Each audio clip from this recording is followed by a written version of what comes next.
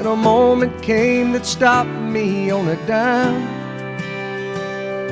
I spent most of the next days looking at the x-rays, talking about the options and talking about sweet time.